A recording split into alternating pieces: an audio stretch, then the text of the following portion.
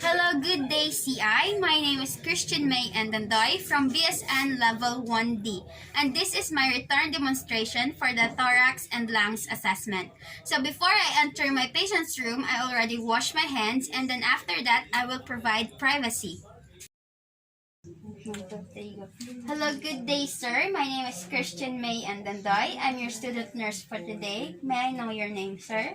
I'm Ivan Rabi Cabanal. Okay, Mr. Cabanag, how may I address you? Just call me Ivan. Okay, Mr. Ivan, for today's assessment, we're going to have a thorax and lungs assessment. So before I start my assessment to you, I will first put some alcohol in my hands. And then may I ask you to take your shirt off before we start the assessment? Okay. Okay, sir. First, I'm going to check your anterior chest before the posterior one, and now I'm going to inspect your the anterior chest with the color, shape, symmetry, and how you breathe. Now, looking at the way you breathe, if there is any shallow effect or any effortless breathing, and then I can see that you have breathing effortlessly, and the color of your chest is the same with or equal with the color of your skin. The symmetry is Go. and the both sides are symmetrical, and the shape is same as a normal person's chest. So as I was inspecting your chest, there is no any abnormality or any chance that you have an acute respiratory distress by any chance. Next, sir, is I'm going to palpate your chest by but first I'm going to palpate it if there is any tenderness or pain that was in your chest. So is it okay for you if I touch your chest, sir? Okay. Okay. Do you feel any tenderness? No. Pain? Then touch? Okay, no. Tenderness here? In this area? No? Okay, very nice. Next is I'm going to palpate your chest using my palmar aspect of my hand. And may I ask you, sir, if you say, as I palpate your chest, can you say 99? Okay. Okay, can you please deep breath, inhale and exhale? Okay. As I palpate your chest. Okay, I'm going to start here with the pause. Go. Next, and so I'm going to place my palm in your intercostal muscle, and then can you start breathing in and out and by saying 99? Okay. Okay, I'm going to start here. 99. 99. 99. 99. 99. 99. Okay, very nice, boss. Tactile feminist is the word that coming out through and should normally feel those, and they should symmetrical side to side. Next is the respiratory exertion. So I'm going to ask you, sir, to inhale and then pause, and then after that, if I say exhale, can you do it? Okay, I will place my hand in your chest, butterfly position, and then I will start now. Is it okay? Okay. Now inhale, sir. And now, can you exhale? Okay, very nice. Nice, so the exertion is equal in both sides. Next is I'm going to auscultate your chest, sir. So is it okay for you to inhale deep and exhale as well?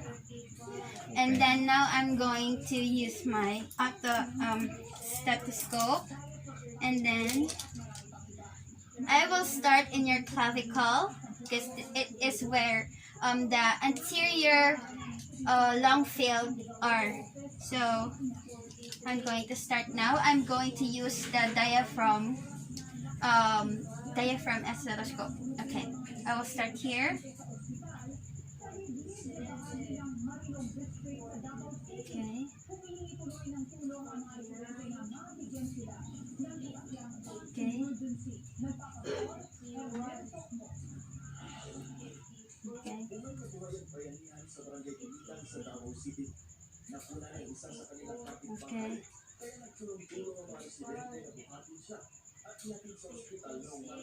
Okay. 99. 60.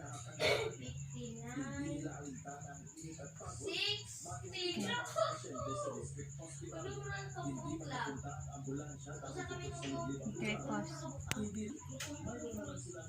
Okay, very nice, Mr. Ivan. All both sides are equal in vibration and sound. Okay, next, sir, is I'm going to examine or assist the posterior part of your chest. So, is it okay for you to turn? Okay. Here.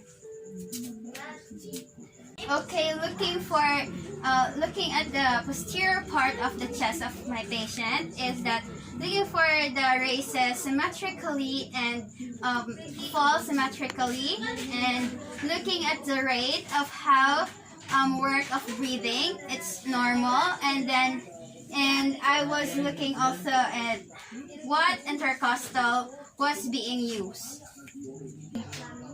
Next is percussion. So I'm going to percuss his chest using my non-dominant hand, and then I will use my middle finger and percuss the chest.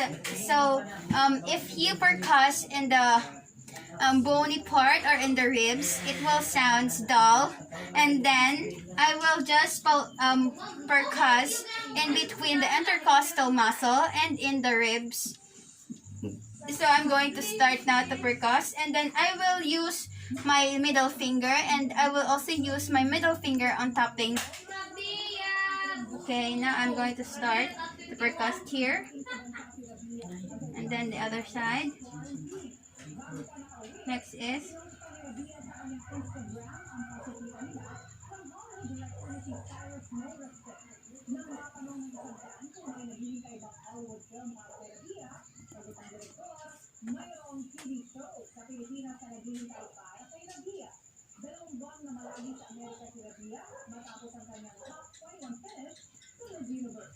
okay. So next is I'm going to do a diaphragmic excursion. So I will use the same technique as I use with the percussion. So I will percuss the posterior chest and start here. I will pause. I will map out the diaphragm movement from inspiration and expiration.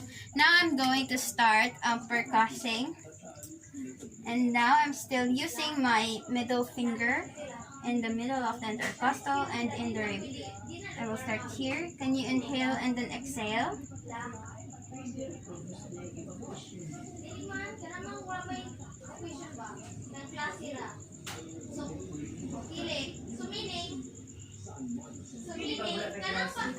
Okay.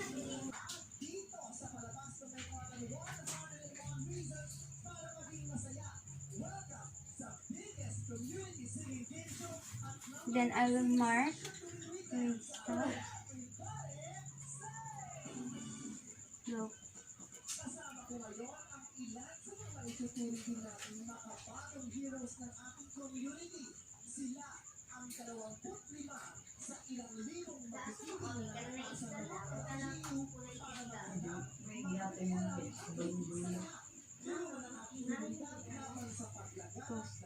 Oh.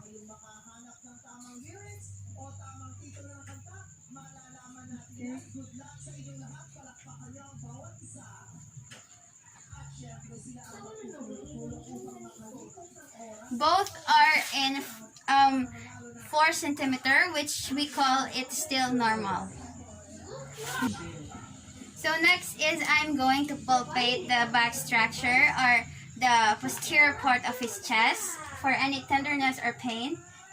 Do you feel any tenderness, sir? Ivan? No. How about pain? No. But this one? No. Okay, this one. No.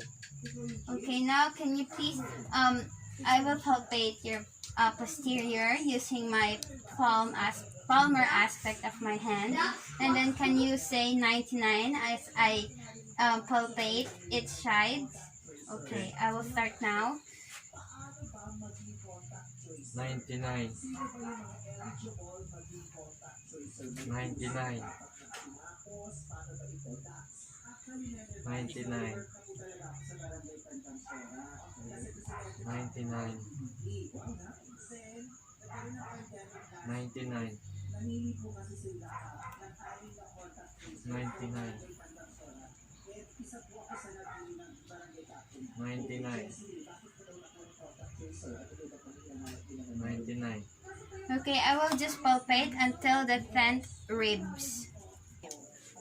Next is the posterior excursion, and now I'm going to place my hand at his back as he breathe or inhale and exhale. Can you inhale? And then I will place my hand here. And then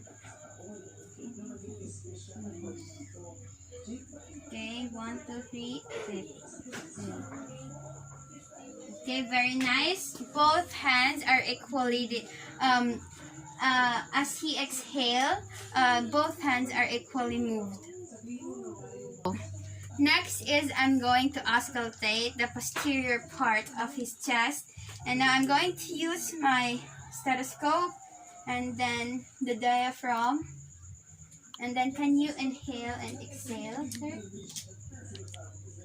Okay, I will start now by auscultate. Okay.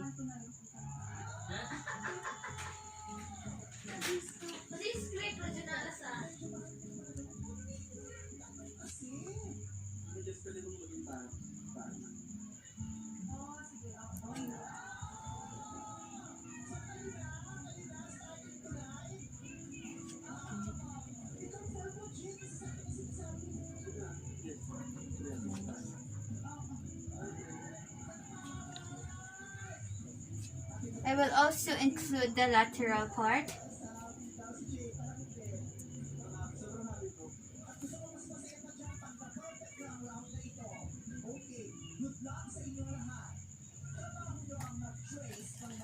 Both sides are in normal sounds or vibration. So you. Next is test for abnormal voice sounds. Next is the voice transmission sound. So I'm going to auscultate using my stethoscope, and this always experience the voice transmission sound if there is pain when the patient is coughing. But I will still assess him with that. And sir, can you breathe, deep breathe, and then can you say 99 as I auscultate? Okay. 99. 99. 99. 99. 99. 99.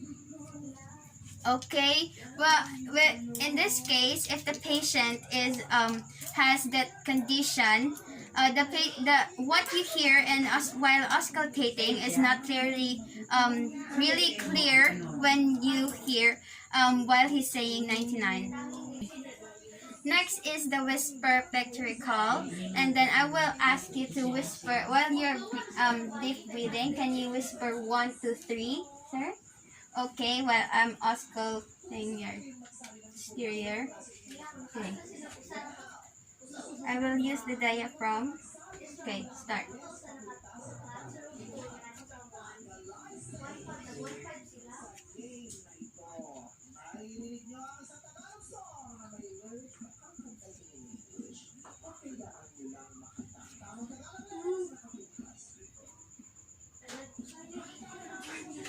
Okay, well, I'm ausculting his posterior chest.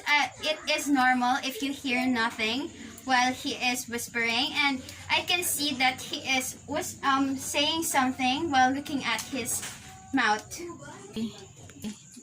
Next is the egophony auscultation. So I will still use my stethoscope, and then is it okay for you, sir, to say E while I'm auscultating your posterior chest? And I will use the diaphragm, and then can you start now? E. E. E. E.